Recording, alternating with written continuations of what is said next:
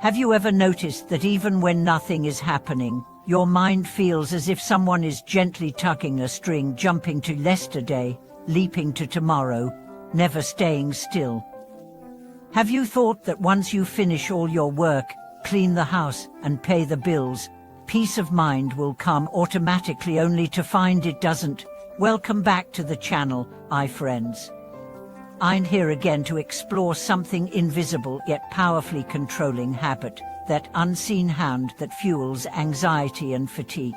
Today we'll follow the wisdom of Ayya Hunsiha to see how these ingrained patterns run our minds, and how to gently loosen their grip so that the heart can finally sit back in its chair. 2 truths to nail down. First one, most restlessness is not because the outside world is too noisy, but because our own repeated behaviors and thoughts have hardened into grooves inside us, dragging us down the same old tracks. 2, the solution is not to push harder or work more frantically, but to clearly see both the value of letting go and the cost of clinging, and then, with mindfulness and clear comprehension, do one small right thing at a time so that the unfinished business no longer hooks the soul, and life returns to a pace where each hand and foot move with presence.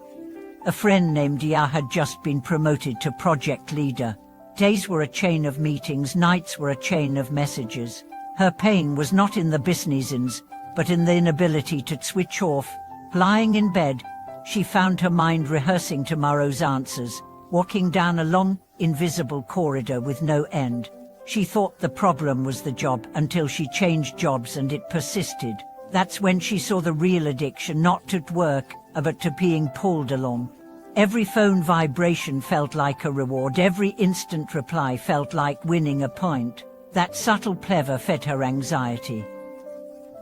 In that moment, she understood habit. It is not the task itself, but our old pathway in relation to it. Over time, the brain lays down a track. Before you know it, you've driven the same way home again. Ayya Hunsiha's reminder is blocked. Unless you see, with your own eyes, the value of letting go and the pain of holding on, you will not truly let go. You might understand in theory, but you won't act. We stay restless, not merely because of responsibility, but because unfinished things in the mind carry an closed tack that keeps consuming attention, like a window always open on your desktop. Many believe they must finish every task before they have the try to be quiet. Reality says otherwise. There will always be a next thing. Merchants often say, when my accounts are balanced, debts cleared, operations stable, I'll go to the monastery. Ayya Hunsiha's answer is a lightning strike. That time will almost never come, because worldly affairs are designed to keep you spinning. It is not a call to shirk duty, it is a warning. If you give the right to be quiet over to everything being done, you hand your mind to a world that will never be done. So where do we start? Not by overhauling your destiny, but by returning the mind to yourself. Ya set a tiny action. Each time her phone lit up, she would not tap immediately. Instead, she lowered her gaze to the tip of her nose, followed 3 full breaths. 3 breaths take less than 10 seconds, but it was like hitting the brakes mid-run. She found that many urgent messages could wait 10 seconds, and many big problems looked different after them. Those breaths are not a ritual, they were a message to her brain. I choose what comes next, not habit. After a week, her nightly corridor shortened. After 3 months, her mind began to remember. Slower is clearer. Another story comes from a shop owner. He always said, I have no time to train the mind. Our shop is busy, suppliers complex, costs high.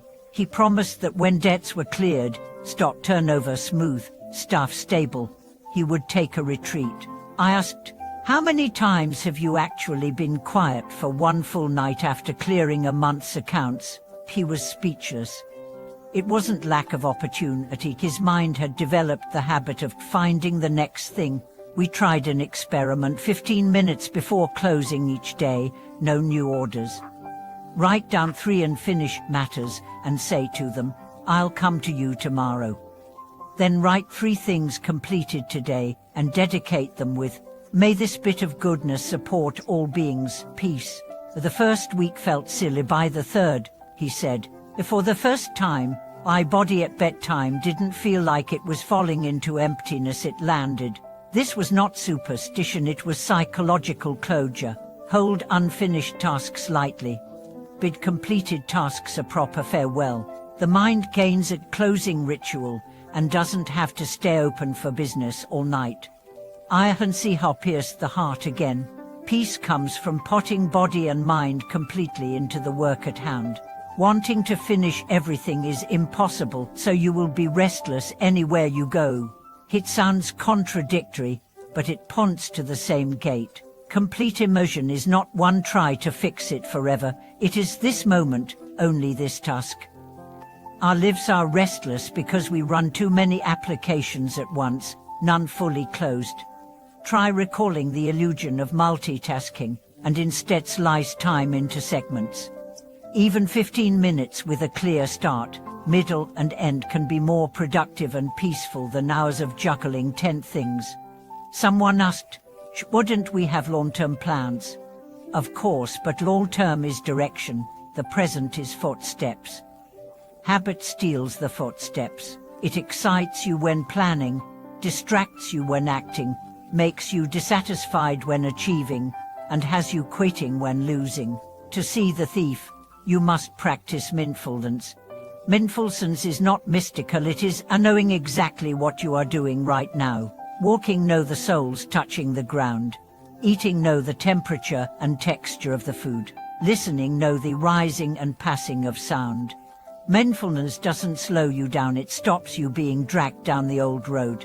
And the sign of that old road. Automatic reaction, someone snaps at you. Anger rises instantly, someone praises you, your heart floats, a message pops up. Your hand moves without thought. Mindfulness inserts seeing in the instant of automation, turning automatic into deliberate. Get good at this, and you'll be amazed at how much less force you need to get through life.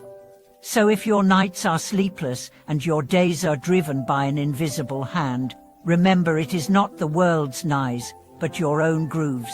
And grooves can be reshaped, one small mindful cut at a time. Thank you for watching this video.